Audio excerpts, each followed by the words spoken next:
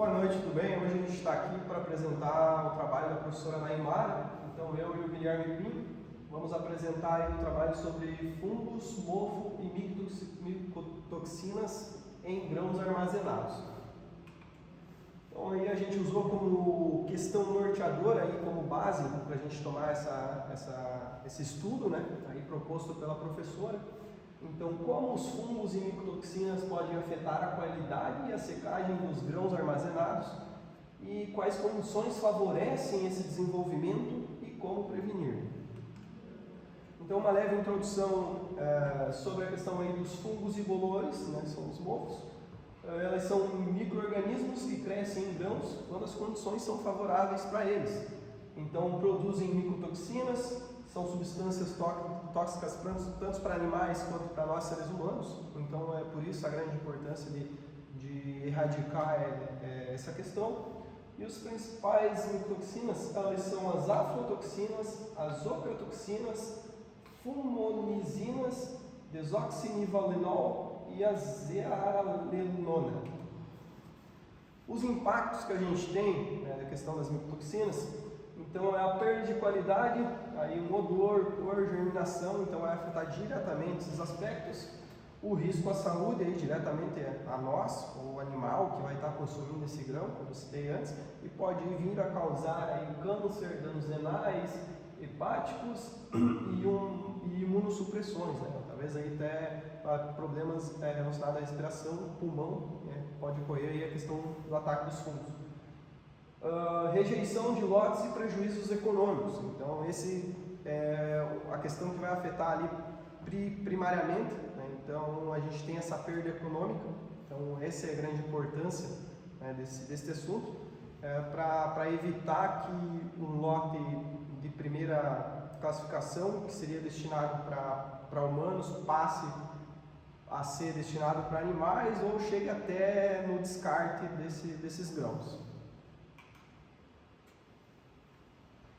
Então, aqui a gente traz algumas condições que vão favorecer aí o desenvolvimento desses fungos ou micotoxinas, né? Basicamente é você ter o ambiente favorável para eles, né?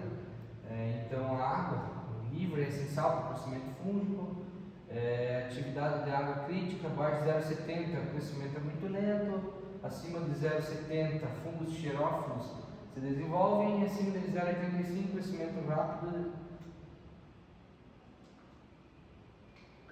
rápido de muitos fungos produtores de micotoxinas.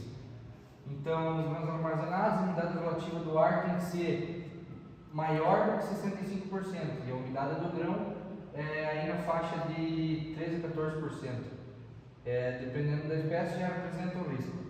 A consequência é a respiração acelerada do grão, aquecimento local e formação de condensação. Ciclo vicioso.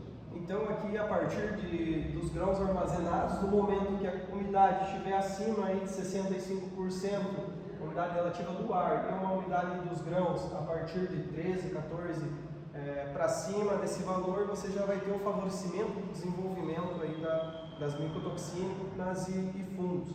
Então, o propósito é deixar abaixo desse valor, ou a partir desse valor para baixo. Por isso que é tão importante o monitoramento dentro de um silo, dentro da estocagem, por isso que é tão importante qualquer descuido, vamos dizer assim, qualquer oscilação de temperatura ali que enfim, já pode acarretar consequências.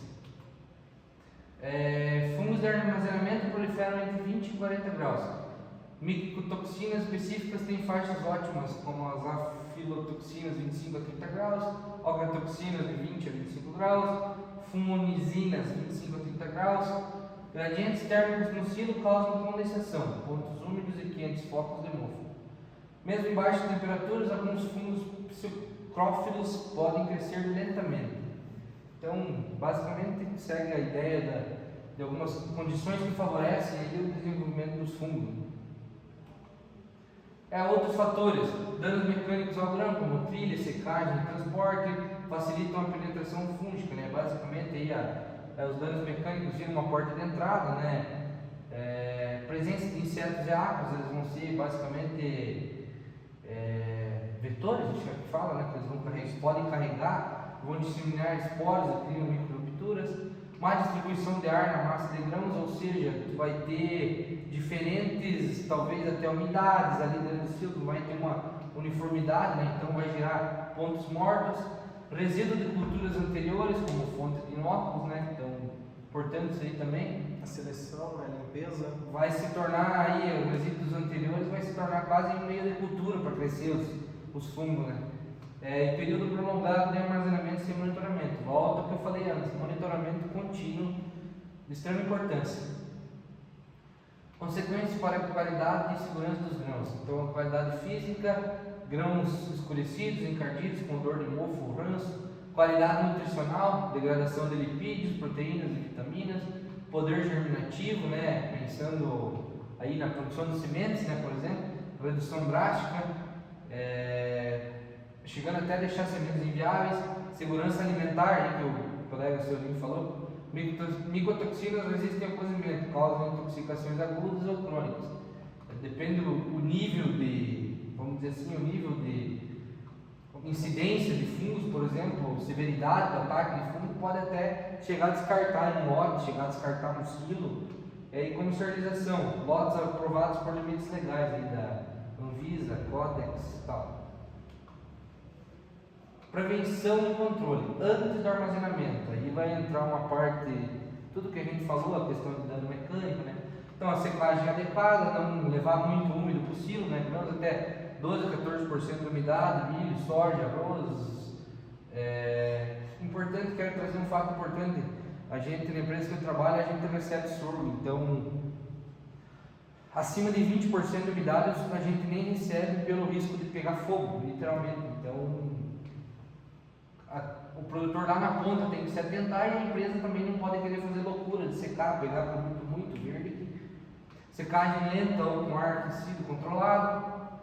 A parte de limpeza e classificação, remover fragmentos, não quebrados, impurezas, né? Que isso tudo se torna no meio de cultura, se torna, vão abrigar esporos, né? Tratamento com fungicidas quando permitido e é recomendado, né? E resfriamento rápido após secagem. Monitoramento contínuo, como eu falei, com sensores de massa de grão, coleta e análise de amostras para micotoxinas. Ali você pegar uma amostrinha de grão, de cimento, por exemplo, e fazer uma câmara úmida, por exemplo, ali você já pode ter um indicativo de como está a semente, né? Aeração controlada, injeção de ar seco e frio para homogeneizar a temperatura, evitar condensação nos períodos noturnos, controle de insetos, volta do que a gente já falou antes, né? Está livre desses, que eles podem acabar se tornando vetores, carregar alguns patógenos aí, e o envolvimento periódico das massas de grãos, quebra aquilo que a gente falou dos focos quentes. Boas práticas estruturais, silos de armazéns, né? O isolamento térmico e impermeabilização, isso a gente vai deixar sem entrada de umidade, sem telas em abertura para evitar pássaros e roedores, importantíssimo também. Limpeza rigorosa entre lotes. Rotação de estoque, é aquela história do primeiro que entra, primeiro que sai, né? Não, vamos dizer assim, entrou um produto novo, que vai ter um prazo a mais de validade, vamos dizer assim, tu passar ele para frente primeiro, né? E uso da atmosfera modificada em armazenagem hermética em livros fungos. Aqui uma questão, a gente traz a resposta aí ao que a gente trouxe ao início. Então, como que os fungos e as micotoxinas afetam a qualidade e segurança? Basicamente aí elas degradam as características físicas, os nutricionais e sensoriais daquele grão e contaminam aí com as micotoxinas propriamente ditas, né, que são estáveis e causam as doenças e leva aí à rejeição comercial desse produto. O segundo ponto, né, quais as condições favorecem o desenvolvimento. Então, a partir aí umidade acima aí desses 0,70 e as temperaturas entre 20 a 40 vai estar ótimo aí para o desenvolvimento dessas toxinas. E como prevenir a secagem, pré-armazenamento, limpeza, aeração, monitoramento contínuo, como o Guilherme entrou bem nesse foco, e contínuo também da temperatura e da umidade, e o controle das pragas e as boas práticas de manejo dentro do silo, né? Também como é estado pelo Guilherme vai ser aí a grande questão chave dessa questão. Então a gente finaliza aí nosso trabalho, agradece aí a professora pela disponibilidade da matéria, apresentação do conteúdo, visitas práticas, visitas técnicas. Foi muito bacana o desenvolvimento desse trabalho e aquele abraço. Obrigado.